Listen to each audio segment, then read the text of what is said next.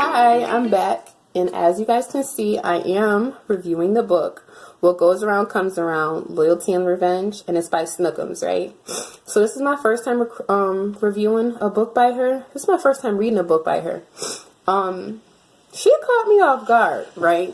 And it's not like I feel like I be sleeping on people. It's not even that.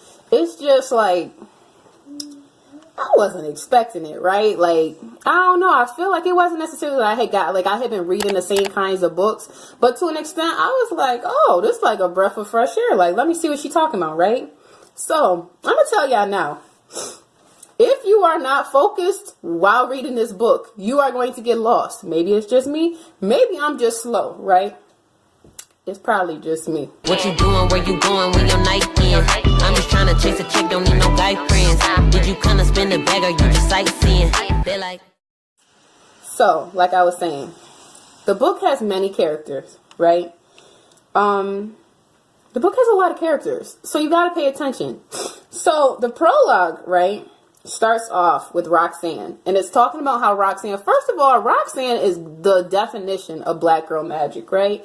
Roxanne, like, she graduated, let me see, I want to say Shorty graduated high school at 14. I want to say she graduated from college at 16. She became the head of, like, a bank. Like, she became, like, the bank manager or something at, like, 16, 17. Like, she's been doing it up since day one, right? So, she is working in a bank. She is the bank manager. And this is how the book starts off. It's her working as the bank manager, right? She is working, and one day, everything kind of sort of seems a little off, right?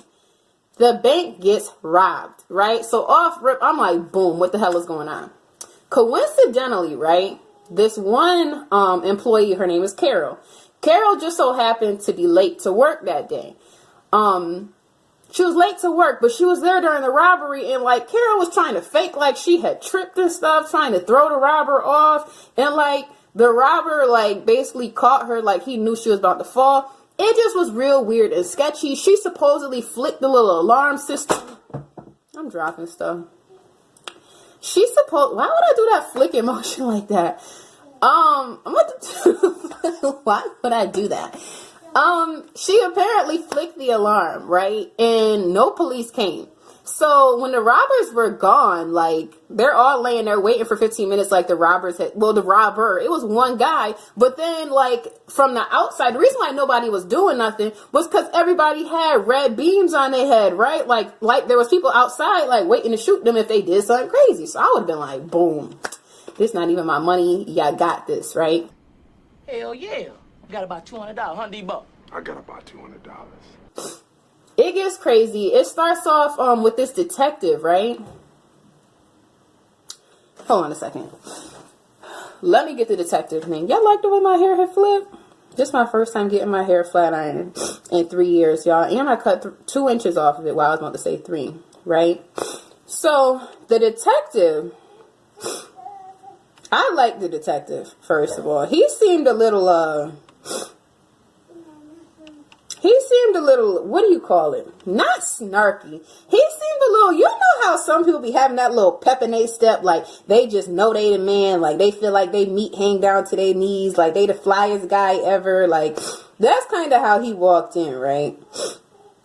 I don't know why I got the sniffles. I think it's because I had just ran outside real quick. So please forgive me, you guys. I don't snort coke. I suck a little dick, smoke a little crack. Jimmy, right? I was gonna call him Jim. His name is Jimmy. So Detective Jimmy, right? He is there. He's supposed to be investigating it, right? And he's doing his job. I ain't gonna hold him. He's doing his job. But he got his eyes on Roxanne, right?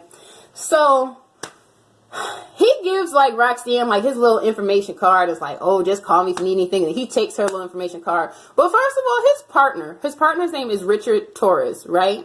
And at first, my slow behind did not connect the dots. That Richard Torres, he, to me, I don't know if people still say the word douchebag, but I'm going to say it. He's a douchebag. He's a piece of shit. He's an asshole. He's also racist. He's working on his racism. He's very racist. And the reason why he is so racist is he gets it from his father. He's his daddy's son, right? The beginning of the book flashes between present day and some years ago, right? Like back when Richard was younger.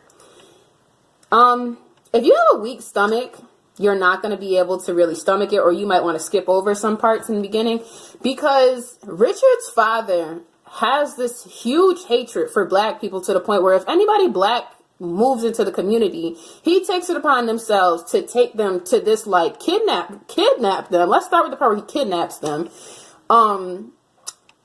Literally on some hide your kids, hide your wife, hide everybody type junk. He kidnaps them and then takes them to this torture room that he has in his basement of his house and does all types of sadistic, crazy crap to them, right? So, unfortunately, Richard is forced to sit here and watch his father commit all these acts, right? So, of course, that leaves him messed up. And, like, his father is literally telling him, like, black people are below us and this and that. Like, so, although, like, he didn't so much agree with his father's actions in doing that, he kind of, like, you know, the apple only can... It falls so far from the tree. Although he knows some of his father's things, like, in thought processes were drastic, he kind of, like, he can't get that racist mindset out of his head. And Jimmy, the detective, sometimes, like, he'd be like, look, I'm trying to be patient with you because nobody else on this workforce can stand you. But one of these days, I'm really going to knock you upside your head. And that's exactly what Jimmy needs, right? So, the book.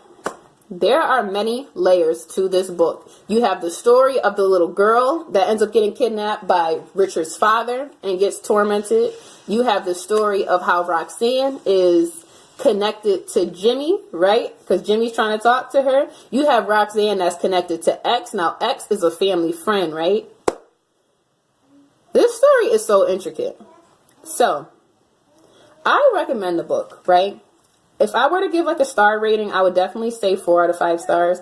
Only because there was so much that was happening. Like, it was, like, in a good way that so much was happening, but it almost felt a little overwhelming because I'm just like, what the hell is going on now? Like, what is going on? Like, it just was, I don't know. Maybe I'm just simple. It was almost too much for me. Like, there was a part where, like, it just was almost too much for me. But I did overall like the book, though. Don't take that as I didn't like the book. I did like it. So I would definitely say a 4-star rating. The book is not a quick read. It has some depth to it. I would say the book has maybe 170 pages to it. It is on Kindle Unlimited, so you don't got to worry about that. I'm dropping the book cover right in here, like I always do. You can find Snookums, I want to say, on Facebook and Instagram. I'm not sure if she has a Twitter. If she does, I'll drop that below for you guys. Trying to think. So far, my favorite character in the book was Roxanne, though. I do want to shoot that out there. So, after you guys read the book, let me know what you guys think, and I'll see you guys later. Bye. Now available on Amazon and Kindle Unlimited.